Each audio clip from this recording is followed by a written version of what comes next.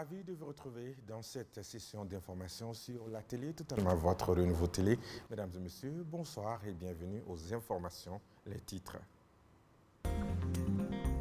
3-0, c'est le score final du match de classement de la Coupe du Monde U17 qui opposait le Mali à l'Argentine. Les Aiglons remportent ainsi la médaille de bronze. La MINUSMA poursuit son retrait selon la mission. 9680 casques bleus et 630 civils ont quitté le Mali à la date du 1er décembre 2023. Ce retrait a été marqué hier par la fermeture de Mikado FM après 8 ans de service du maintien de la paix. Nous avons assisté aux derniers instants d'une des radios les mieux implantées au Mali, à suivre donc au cours de ce journal. Les proches de l'artiste Youssouf Tapo invitent les plus hautes autorités à s'impliquer pour obtenir sa libération. Partir pour un concert à Boaké en Côte d'Ivoire, le rugbyman a été arrêté le 11 novembre dernier et transféré à Abidjan.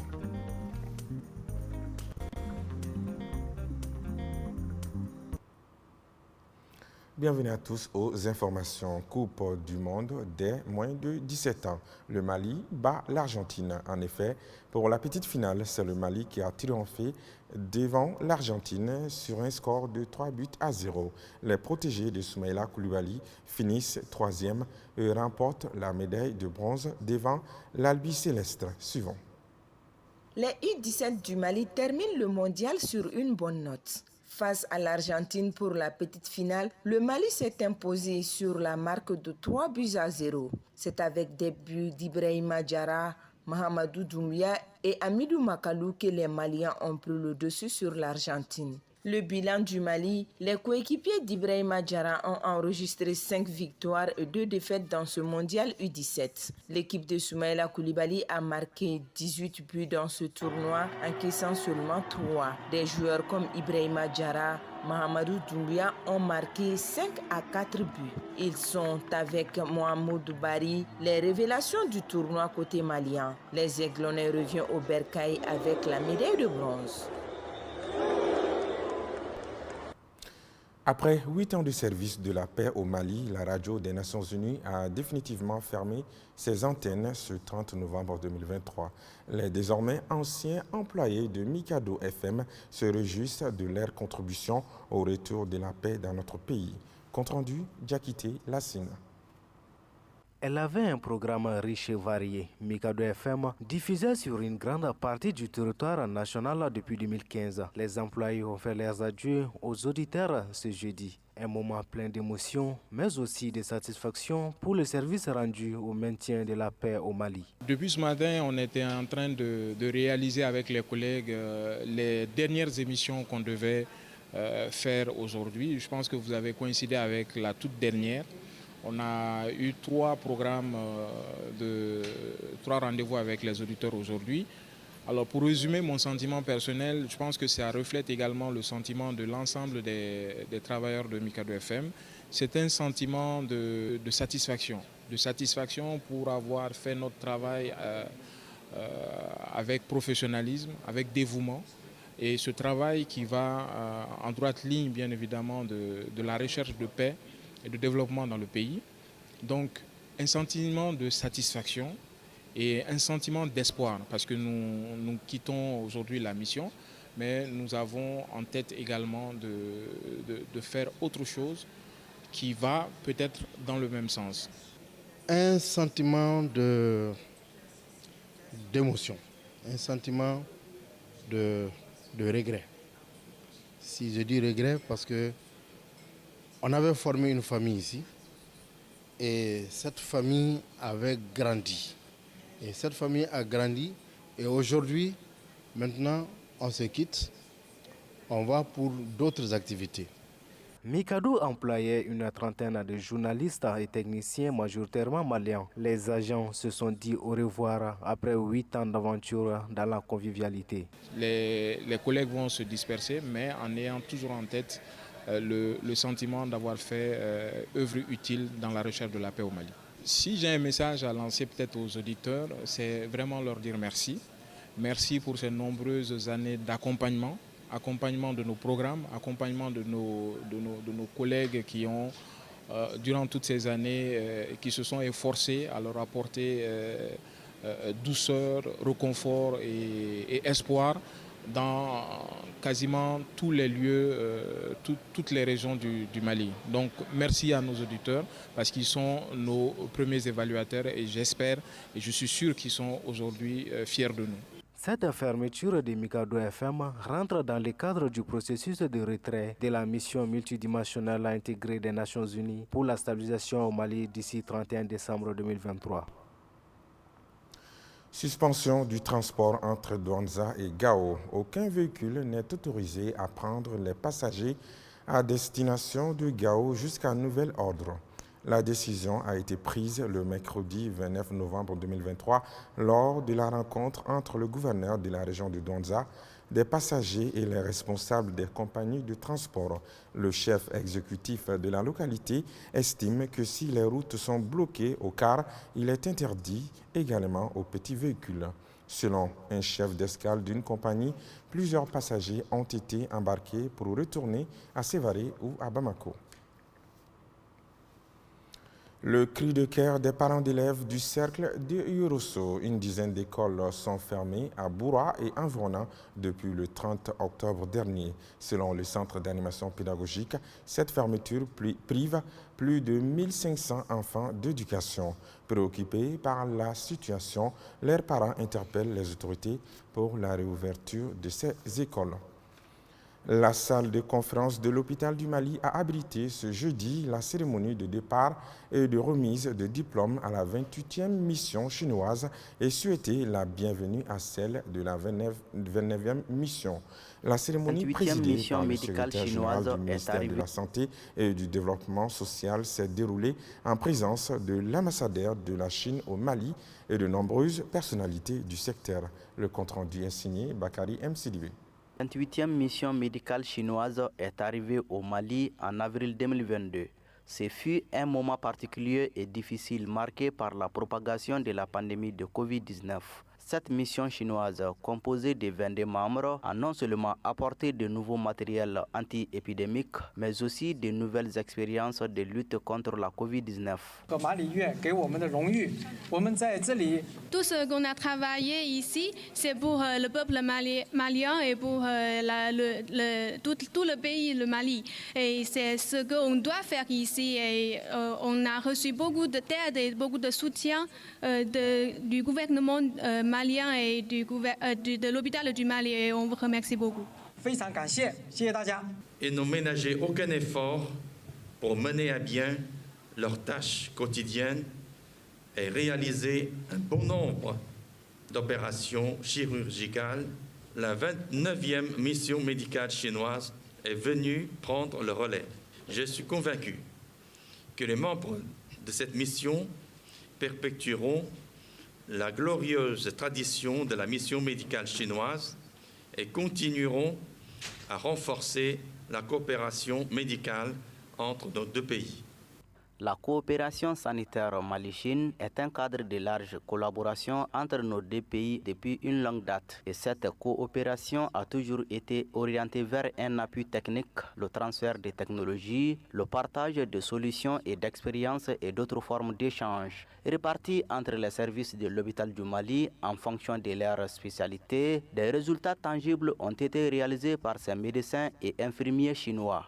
La 28e équipe a réalisé 21 426 consultations externes, 6 005 séances d'acupuncture, 512 échlorations fibroscopiques, pour ne citer que ceci. La cérémonie de reconnaissance octroyée à la 28e équipe va recevoir est un signe de gratitude et de reconnaissance de toute la nation malienne, car vous l'avez servi avec fierté et dévouement. Et tout le peuple malien vous sera éternellement reconnaissant. À noter que l'hôpital du Mali est un don de la République populaire de Chine au Mali. Il a été inauguré en 2010 et équipé en grande partie pour la première fois par le partenaire chinois. La remise d'attestation aux membres de la 28e mission chinoise et la bienvenue à celle de la 29e ont marqué la fin de la cérémonie. Actualité dans un autre registre pour pallier certaines difficultés auxquelles le centre d'animation pédagogique de Sirakoro Meguetana est confronté. Les responsables du centre ont organisé ce jeudi au sein du CAP une rencontre d'échange avec les chefs de tutelle afin de trouver des solutions aux problèmes auxquels ils font face. C'était en présence des autorités pédagogiques, administratives et communales. Gabriel Keita.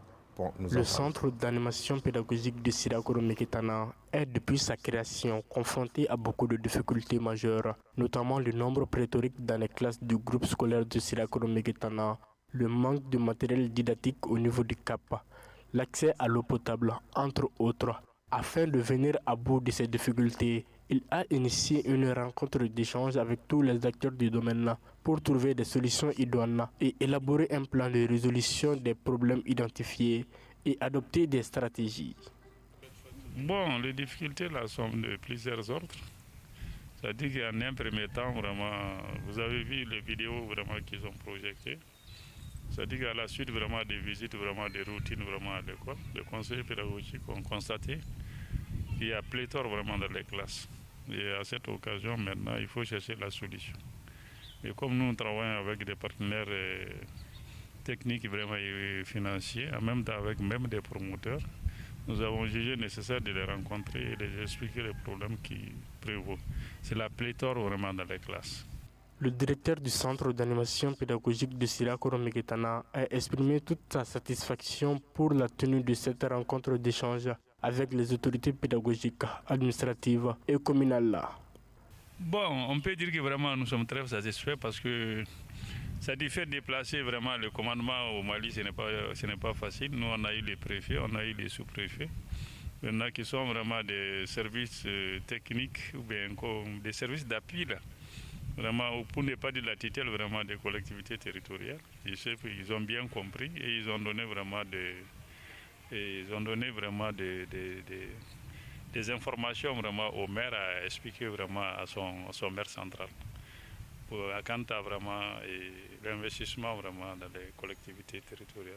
Profitant de cette occasion, le premier adjoint au préfet du Kati a appelé la mairie de Sirakoro à prendre des dispositions pour la mise en œuvre des recommandations et des propositions formulées pour améliorer les conditions de travail du centre d'animation pédagogique de Sirakoro Meguetana. Le centre hospitalier universitaire Institut d'ophtalmologie tropicale d'Afrique CHI IOTA a tenu la 6e édition de sa journée scientifique ce jeudi 30 novembre 2023 à la Maison des Aînés de Bamako. Cette journée permettra aux organisateurs d'échanger et de discuter sur les avancées scientifiques et techniques en lien avec la santé oculaire. Compte rendu, la Sindiakiti. Cette journée scientifique a regroupé les ophtalmologues pour discuter les différentes maladies oculaires afin de renforcer et d'améliorer leur prise en charge dans notre pays. Le thème retenu pour cette 6e édition est le greffe de cornée. Selon les organisateurs, le choix du thème se justifie. La greffe de cornée, c'est quoi? C'est cette technique chirurgicale qui permet de remplacer le noir de l'œil. Quand vous regardez quelqu'un, vous voyez tout de suite au centre de sa vision, de son œil, vous voyez une partie qui est noirâtre. Et c'est cette partie noirâtre-là que nous remplaçons, qu'on appelle la greffe de cornée. Et il arrive que des pathologies, telles que des infections, telles que des traumatismes, endommagent cette partie centrale. Et donc il faudra la remplacer pour redonner une bonne vision à cette personne-là. Et c'est l'objet effectivement de cette rencontre. Nous avons mis en place une banque des yeux à l'IOTA et nous sommes en train de faire fonctionner cette banque des yeux. Et très prochainement, des prélèvements de corps de personnes décédées des suites de causes diverses donc, vont être prélevés ici au Mali et nous allons pouvoir greffer des yeux 100% maliens. Le représentant du ministre de la Santé et du Développement social a félicité le CHI IOTA pour l'initiative. Selon lui, le thème retenu pour cette édition est d'une importance capitale. Profitant de la cérémonie, il a exprimé l'engagement de son département à soutenir l'initiative. Permettez-moi de saluer le personnel du CHI IOTA qui nous reçoit ce matin pour tous les efforts fournis. Je profite aussi de cette occasion heureuse pour saluer et encourager, au nom de Madame le ministre de la Santé et du Développement social, l'ensemble du personnel de la Santé et du Développement social pour tous les efforts qu'ils sont en train de fournir au quotidien pour répondre aux multiples besoins de nos compatriotes sous le leadership des responsables ici présents. A noter que la première banque des Jeux du Mali a été inaugurée le 3 août 2023 au Chiachi-Yota et c'est la seule structure du genre en Afrique de l'Ouest, ce qui laisse à croire que la greffe de cornée sera très bientôt une réalité au Mali. La cérémonie inaugurale de cette journée scientifique a pris fin par la visite guidée des stands. Dans le cadre de la célébration de la Journée internationale des droits de l'enfant, l'Alliance Joining Force for Africa a organisé ce jeudi 30 novembre 2023 une journée de plaidoyer pour l'adoption du plan d'action national dans le but d'éliminer le travail des enfants au Mali. Cette journée a été marquée par des plaidoyers, des chants et des expositions sur les droits des enfants. Oumar Koïta Mantarawatra était présent. Le Mali reste l'un des pays d'Afrique où le taux de travail des enfants est le plus élevé et où les progrès dans l'élargissement de l'accès à l'éducation de base sont lents. À travers cette journée de plaidoyer, l'Alliance Joining Forces for Africa veut attirer l'attention des autorités sur l'adoption du PANETEM afin que les enfants puissent être dans tous leurs droits.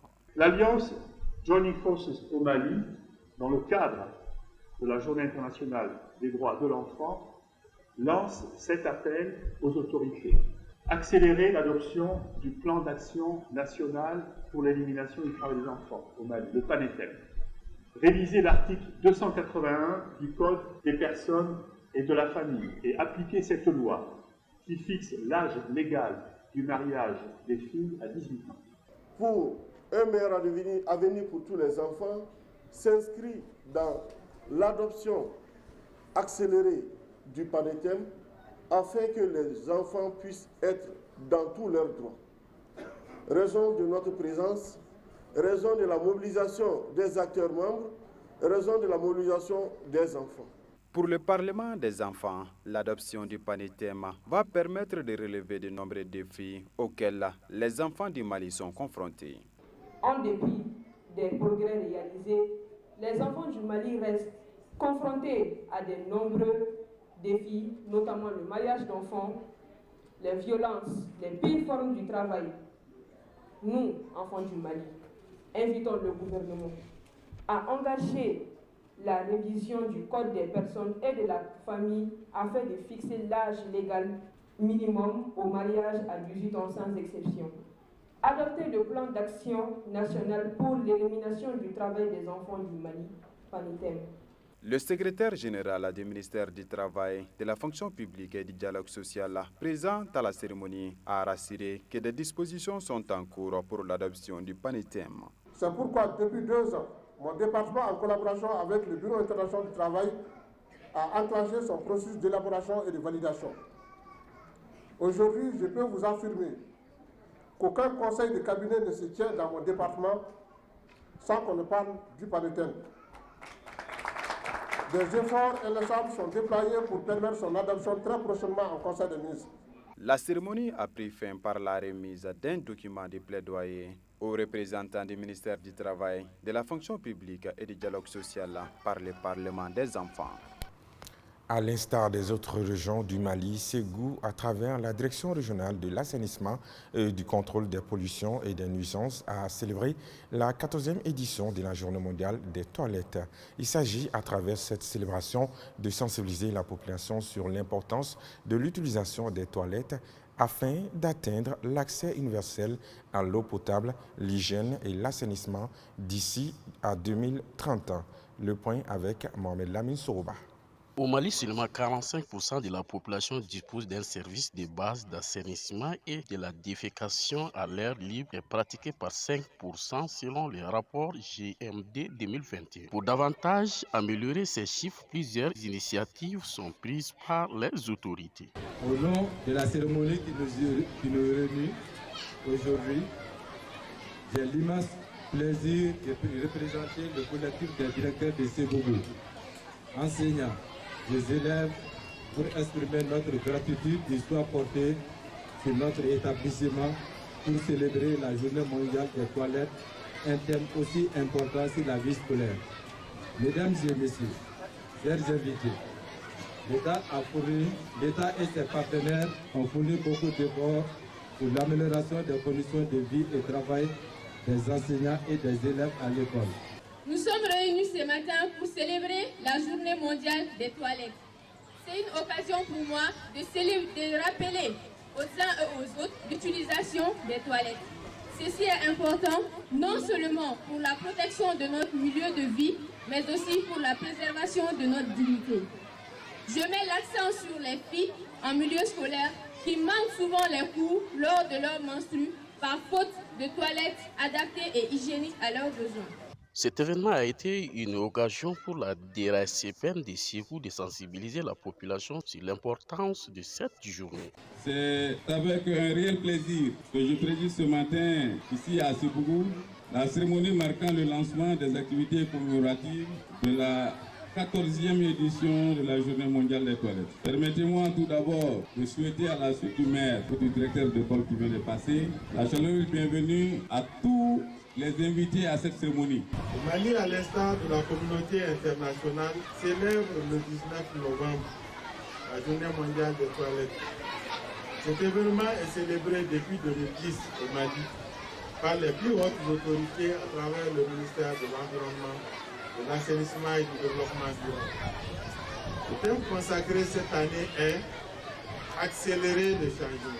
La DRACPN de Ségou a profité de l'occasion dotée des écoles abritant les enfants des personnes déplacées internes en kit d'hygiène et d'assainissement.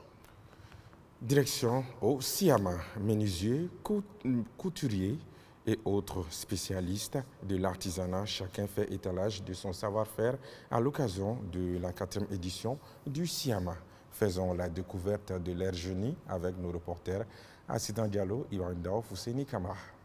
Le choix des tissus, le dessin, la prise de mensuration, la couture, ils sont dans la création de modèles et les retouches. Ils sont tailleurs et leur créativité réjaillit sur les personnes qui portent leur création. En fait, ça fait juste 2 ans que je suis dans ce milieu. Au début, j'ai eu à faire 7 ans au Mali. Donc moi, mon nom, c'est pas Maya, c'est Mbayang. Donc comme au début, les Maliens avaient du mal à prononcer le nom, donc finalement, ils m'appelaient Maya affectueusement. Et quand je suis retournée au Sénégal, ça m'est venu l'idée de mettre quelque chose en place et de mettre ce nom-là, Maya, en souvenir du Mali en fait. Donc le Mali, c'est comme un pays adoptif pour moi. C'est pour cela, pour mes premiers pas, j'ai préféré faire mes débuts ici. En fait, on fait un peu de tout. On fait pour les hommes, les femmes, on fait pour la famille en fait. Au début, d'abord, je suis venu au Mali d'abord pour apprendre la broderie. C'est depuis le Mali même d'abord que j'ai compris que le coton, si c'est bien fait, vraiment ça donne l'impeccable. J'ai connu ici le Borolan avant d'aller Senou. Quand je suis allé Senou, j'ai continué directement à Ouagadougou, aller installer mon entreprise à Ouagadougou. Donc du coup, j'ai trouvé les façons d'enfanner là-bas et je me suis facilement intégré dans le façon d'enfanner. C'était facile à faire pour moi. Je travaille beaucoup sur le façon d'enfanner, surtout le lésé, la version lésée qui est très adaptable à notre pays. On fait beaucoup de variétés. On fait les basins, le tissu, les borolans. En même temps, on fait les pagnes tissées aussi. C'est pour tout le monde. On fait pour les hommes, on fait pour les femmes, les enfants aussi. Ça nous permet de mieux élargir nos produits, en même temps de mieux montrer à la population nationale comme internationale que nos tissus africains sont pratiques et on peut les porter partout dans le monde. Eux aussi, menuisiers, laissent libre cours à leur créativité au travers des œuvres qu'ils confectionnent. Le sens de la précision, du détail, ils sont dans les meubles confectionnés. Nous, on fait des cercueils avec du bois, avec des zinc. Bon, c'est les 2 matières qu'on fait le cercueil. Bon, le bois là, on met d'abord en même temps, on met des zinc là-dedans. En même temps, on bourre la cercueil avec le chiffon et un bassin blanc. On bourrait le cercueil avec ça. On transportait le corps en avion et en route. Bon, en même temps, quand on fait ça, on fait le service avec tous les travaux. On transportait les corps jusqu'à ton destination. Eux, les boulangers-pâtissiers, Leur matière première, la farine, et leur domaine, la boulangerie-pâtisserie. Ils font partie intégrante de l'artisanat et font monts et merveilles dans le pétrissage de la pâte, sa mise en forme ainsi que la cuisson. Ici, on découvre toute la splendeur de leur talent. On est là ici pour la transformation de nos produits locaux. On est en train de transformer le pain. On fait tout avec nos produits locaux, que ce soit les croissants, les petits fours, les pains baobab. Donc, c'est-à-dire que tous les produits locaux que vous connaissez, si ça peut se transformer en poudre mangeable, nous, on va les transformer en pain. Le Salon international de l'artisanat au parc des expositions de Bamako est et reste la fête du génie malien à travers son artisanat.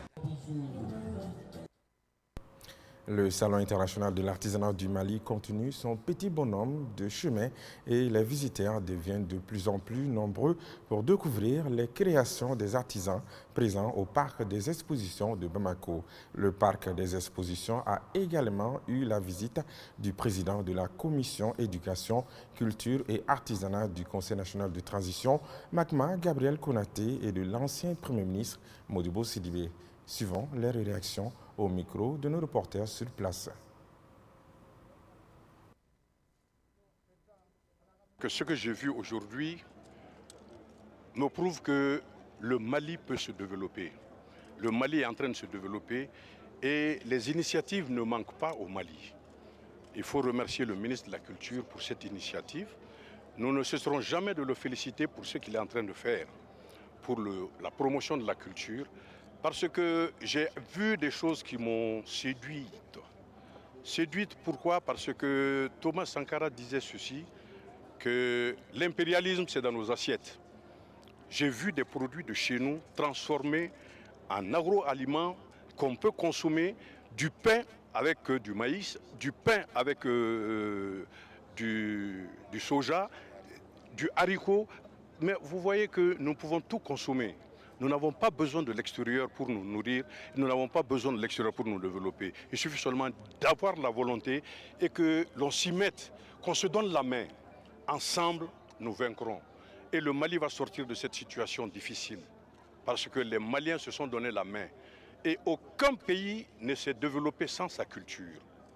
Tous les grands pays se sont développés à partir de leur artisanat.